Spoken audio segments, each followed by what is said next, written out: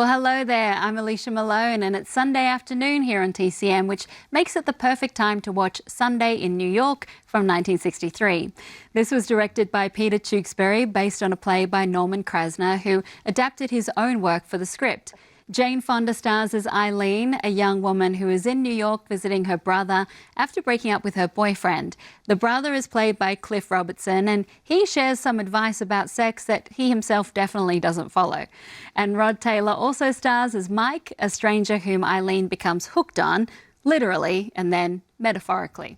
This material feels quite tame by today's standards, but this was a time when Hollywood was just starting to dip its toes back into sexier material since the enforcement of the production code in the 1930s. As the 1960s brought about more liberal ideas around women and sex, and American audiences began to have access to watch riskier European films, the code was beginning to seem very outdated.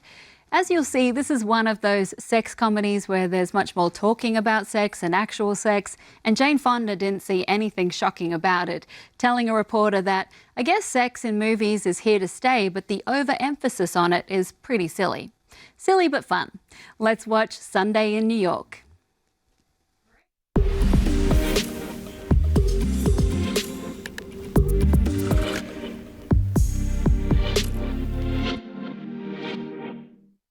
While filming the exterior scenes from Sunday in New York, Jane Fonda was visited on set by her father, Henry Fonda, and brother, Peter Fonda, who were both making other movies in New York. And you can see the photos of the three standing together on the street, all holding scripts and smiling for photographers who had obviously been invited to capture the moment.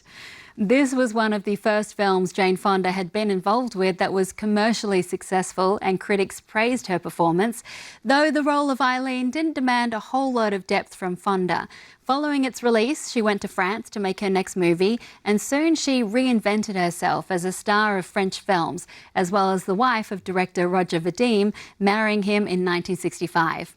Okay, stay with TCM, because after the break we have another film that is an ideal Sunday afternoon watch. It's a musical starring Gene Kelly and Debbie Reynolds that is guaranteed to put a smile on your face and make you want to dance in the rain.